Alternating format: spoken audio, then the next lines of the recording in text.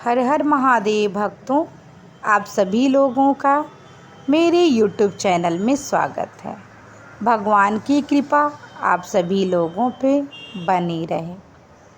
क्यों महत्वपूर्ण है उद्यापन? बहुत से लोगों के मन में सवाल होता है कि यदि हम कोई व्रत करते हैं तो क्या उद्यापन करना ज़रूरी है? क्या उस व्रत का हमें पूरा फल नहीं मिलता है? तो चलिए मैं आज आप लोगों को इस वीडियो के माध्यम से बताती हूँ कि यदि आप व्रत रखते हैं तब व्रत में आपको उद्यापन करने की ज़रूरत है या नहीं। उद्यापन का मैं आप लोगों को महत्वपूर्ण बताऊंगी, उसका क्या महत्व है।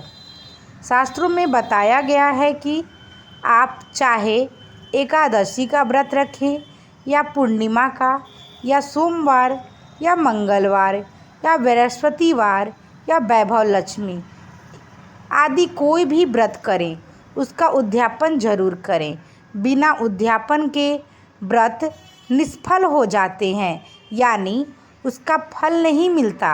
यदि पूजा पाठ व्रत में कोई गलती हुई हो या फिर किसी कारण कोई व्रत छूट गया हो तो इन व्रतों की पूर्णता के लिए उद्यापन किया जाता है। इसीलिए आप जो भी व्रत करें उस व्रत का उद्यापन होना अति अनिवार्य है। तो यदि आप कोई व्रत रखते हैं, उस व्रत में यदि आपसे कोई त्रुटि हुई है तो यदि आप उद्यापन करते हैं तो आपकी जो भी त्रुटि हुई है, जो भी आपसे गलतियां हुई हैं, उद्यापन करने से आपके सभी गलती समाप्त हो जाते हैं। इसीलिए उद्यापन करना बहुत ही ज़रूरी माना जाता है। अब बात करते हैं उद्यापन का महत्व क्या है।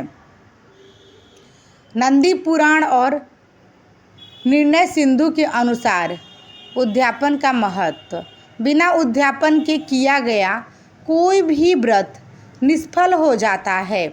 इसीलिए आप चाहे कोई भी व्रत कर रहे हैं, चाहे वह व्रत एक दिन ही क्यों न किए हो, आप उस व्रत को एक दिन किए हो या आप उस व्रत को 6 महीना किए हो या आप उस व्रत को 7 गुरुवार किए हो या फिर आप साल भर तक उस व्रत को किए हो, लेकिन उस व्रत का आपको उद्यापन ज़रूर करना है। बहुत से लोग होते हैं बृहस्पतिवार का व्रत उठाते हैं, तो बृहस्पतिवार का यदि आप व्रत उठाते हैं तो आप उस व्रत का उद्यापन अवश्य करें। यदि आप 7 गुरुवार तक का बृहस्पतिवार का व्रत किए हैं तो आपको 8वें बृहस्पतिवार के व्रत के दिन उद्यापन करके फिर आपको अगले दिन से भोजन ग्रहण करना चाहिए। आपको व्रत ऐसे ही करके नहीं छोड़ना चाहिए। या फिर 16 सोमवार का व्रत करते हैं, 16 सोमवार का व्रत करते हैं तो 16 सोमवार के व्रत में उसका नियम है कि 16 सोमवार तक व्रत करना है, 17वें सोमवार को उसका उद्यापन करके उसके बाद आप भोजन ग्रहण कर सकते हैं, उसका विधान है। तो यदि आप शुक्रवार का व्रत रखते हों या फिर आप मंगलवार का व्रत रखते हों या एकादशी का व्रत रखते हों, कोई भी व्रत रखते हैं, लेकिन उसका उद्यापन आपको करना बहुत ही ज़रूरी है। तो आपको इस बात का ध्यान रखना है। आप उद्यापन बहुत अधिक में भी कर सकते हैं। यदि आप सामर्थ्यवान नहीं हैं तो आप कम में भी उद्यापन कर सकते हैं। ऐसा नहीं है कि आप बहुत अधिक में ही उद्यापन करेंगे तो आपका उद्यापन होगा, नहीं। आप यदि आपके पास कम है तो आप कम में करिए, अगर आपके पास अधिक है तो आप अधिक में करिए। आपकी जैसी भावना श्रद्धा है आप उसके हिसाब से उद्यापन कर सकते हैं। उद्यापन का अर्थ क्या होता है, चलिए मैं आज आप लोगों को बताती हूँ कि उद्यापन का अर्थ क्या है। व्रत उद्यापन का अर्थ होता है कि भली भांति किसी काम का पूरा होना, विधि पूर्वक कार्य संपन्न होना और व्रत आदि की समाप्ति के बाद किए जाने वाला धार्मिक कार्य, जैसे कि हवन, पूजा और रोज़ की आरती। यदि आप उद्यापन करते हैं, उद्यापन के बाद आपको विधि पूर्वक उसका पूजन करना चाहिए और पूजा समाप्त हो जाने के बाद जैसे हवन करना चाहिए और उसका आरती करना चाहिए। तो आपको अब पता चल गया होगा कि उद्यापन करना क्यों ज़रूरी है। आपको उद्यापन करना चाहिए कोई भी व्रत का। तो भक्तों, मैं आप लोगों को यही बोलूँगी यदि आप लोगों को मेरी वीडियो पसंद आई होगी तो आप मेरी वीडियो को लाइक ज़रूर करिएगा।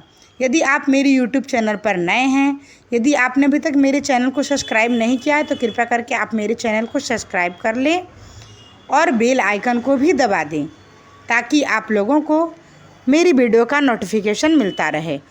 और कमेंट बॉक्स में हर हर महादेव, राधे राधे लिखना बिल्कुल भी ना भूलिएगा भक्तों।